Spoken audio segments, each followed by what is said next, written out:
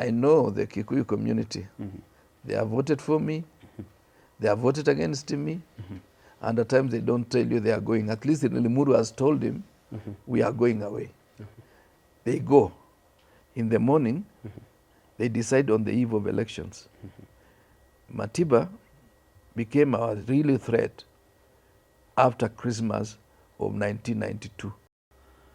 Part of the problem that I'm seeing my colleagues in the opposition may be making, the mistake that they may be making, is to ignore the initiative the president has started by swallowing some of the parties.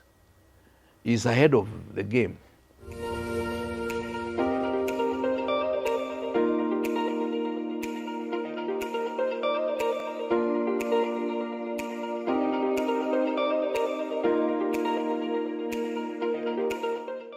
What an honor, what a privilege to have you on Richard Mwenje Exclusive.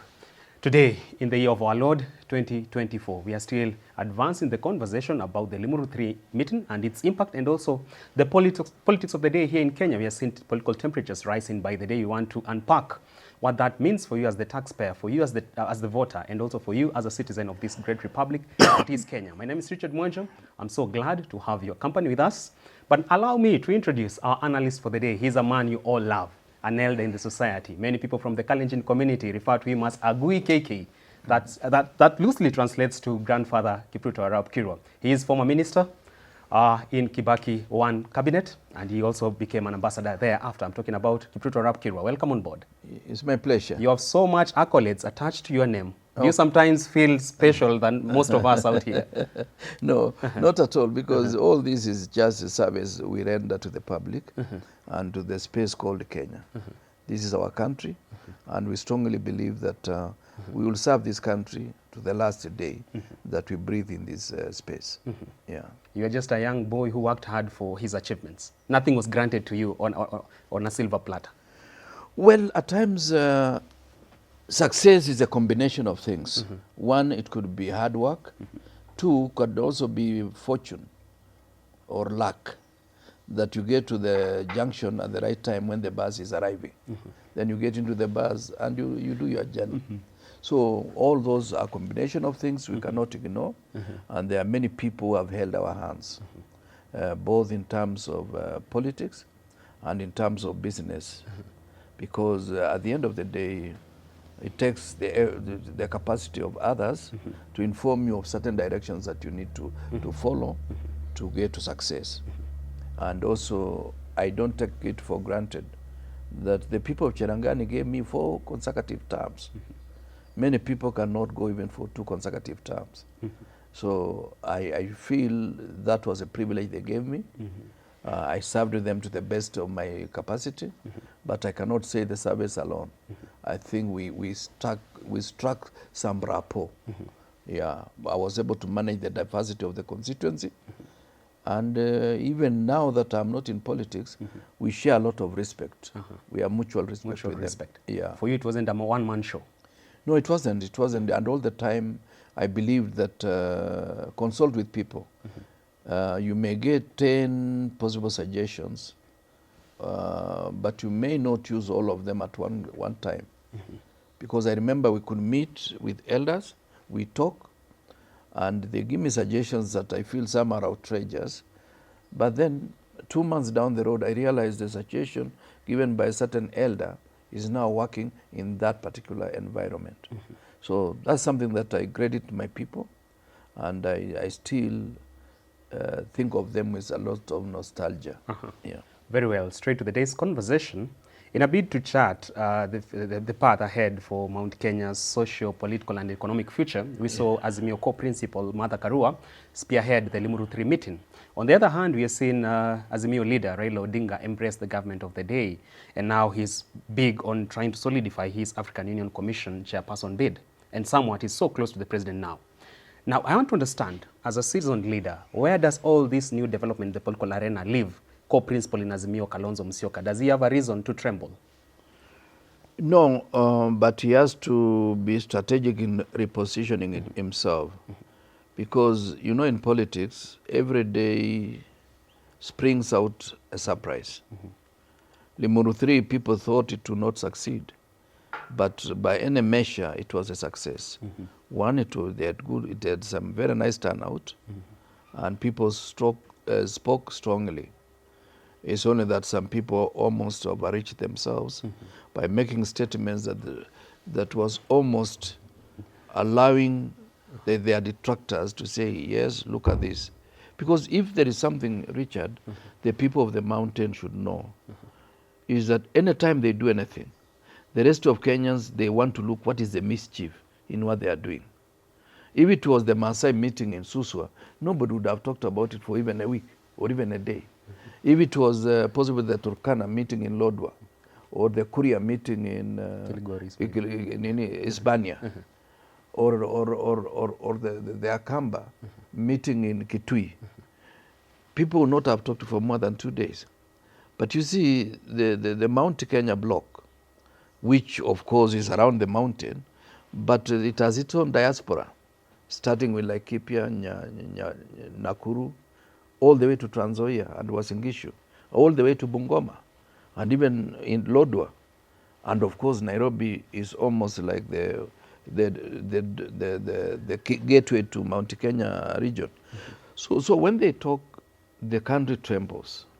Or when they cough, the rest of us catch a cold. That's why there is this outburst from various leaders condemning that it is non-starter, but it is a serious movement. What I would actually recommend is that leaders should seek each other. In Kenya, we've not come to political parties that can stand the test of time. Part of the problem that I'm seeing my colleagues in the opposition may be making, the mistake that they may be making, is to ignore the initiative the president has started by swallowing some of the parties. He's ahead of the game. He has realized for the last 25 years, no coalition has formed a government twice. It was KANU, from KANU NAC, from NAC PNU, from PNU it was Jubilee. It was URP, TNA, which was a Jubilee coalition, then Jubilee itself, Jubilee Party, then now Kenya Kwanza, dominated by UDA. So he knows that he has to change because there are some of the conscripts, I call them, or hostages that he has, like the old Jubilee. He has about members of Jubilee. He has UDM with about 20-something members. And he has other smaller parties, ANC, Ford Kenya, and PA. All those, I am sure, he's planning to swallow in between so that they are under his armpit. Then look for a strong coalition. It may even be from ODM itself. That ODM, they are told, we are giving you position of prime minister. And they will leave this coalition called Azimio. So I think what we need to do is to navigate carefully and see how do we coalesce. How do we get people from Kenya Kwanza, those who are willing to work with us? How do we consolidate our support outside here? I remember former Vice President Kalonzo Musyoka was dismissing the Kamwene. And I thought that was a bit naive of him. You don't dismiss an initiative done by your colleague. You're supposed to tell them, yes, this initiative may not go far, but we can do better this way. Recalibrate it. Yeah, recalibrate the whole issue. So, but by dismissing it, we are playing into the hands of William Ruto. Yeah. During the event, the Limuru 3, we saw a section of Kikuyu Council of Elders reaffirm and declare that former President Uhuru Kenyatta is the kingpin of the region and the mouth of the region, the mouthpiece of the region. At a time when Rigathi Gachagua considers himself the senior-most leader from the region, and as such, he automatically inherits the kingpinship position. Would you advise Mount Kenya community that to better forge ahead politically and have better fortunes, there is need for them to have one shepherd and one who literally is walking the talk that comes with that role? I think the best thing, because you are dealing with a political animal that is dangerous to deal with, we should not focus on one person. The Mount Kenya bloc can create a team so that that team will be consulting internally and consulting the rest of the country, so that they are not isolated and made to look like these are the evildoers of Kenya, and somebody whose credentials are not known to be anything other than dishonest, other than honest, is now making good people look bad. So that as they consult internally, they will be able to sort out the issues of who is going to be the leader of the team. President Uhuru Kenyatta has a status that is recognizable because he's the immediate former president. Rigathi Gachagua has also good status because he's the sitting deputy president.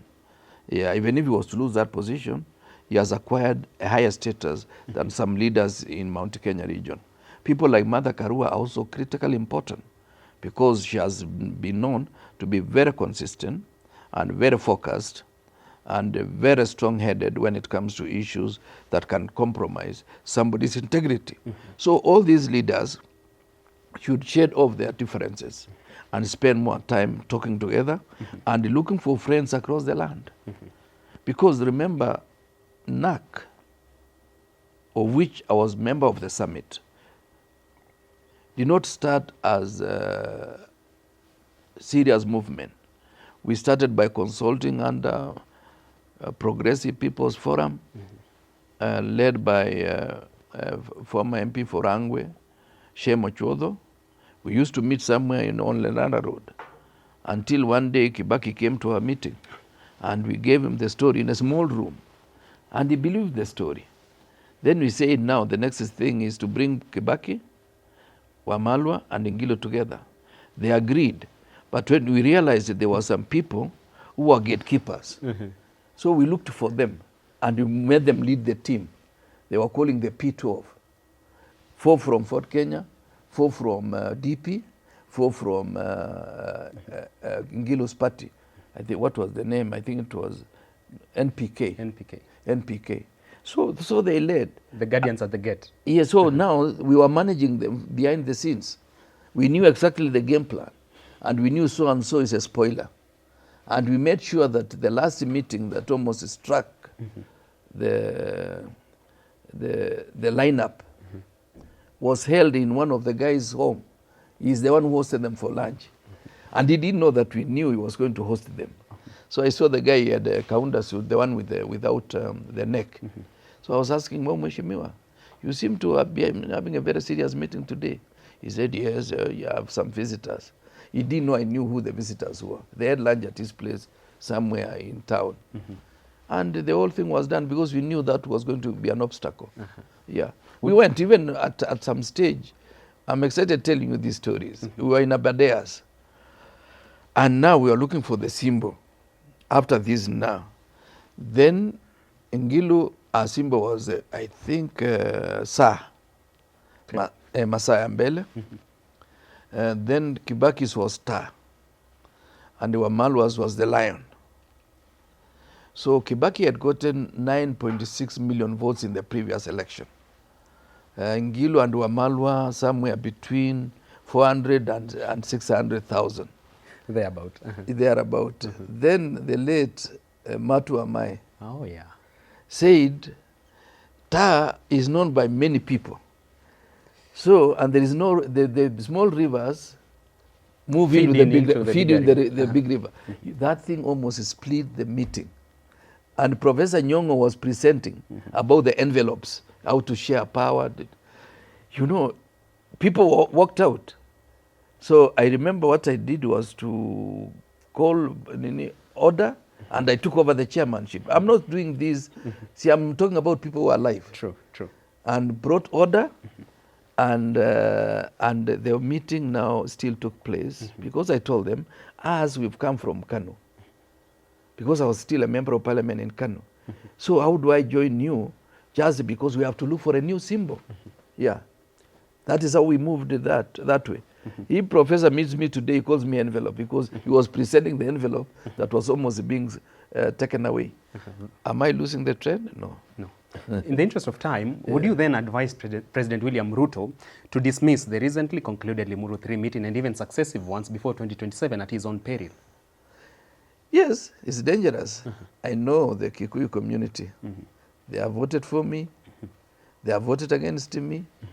And at times they don't tell you they are going. At least Limuru has told him, we are going away. They go. In the morning, they decide on the eve of elections. Matiba became a real threat after Christmas of 1992. Kibaki was the threat up to that time. For us in Kanu, we are worried of Kibaki. Matiba almost beat Moi to his own game. So they decide on the eve of elections. Remember, even 2002, people thought Uhuru was going to split Mount Kenya. On the eve of election, they decided it was Kibaki. Yeah. Very well. Uhuru survived because of the Kalenjin block. Yeah. Well, there you have it. In the interest of time, I have to leave it at that.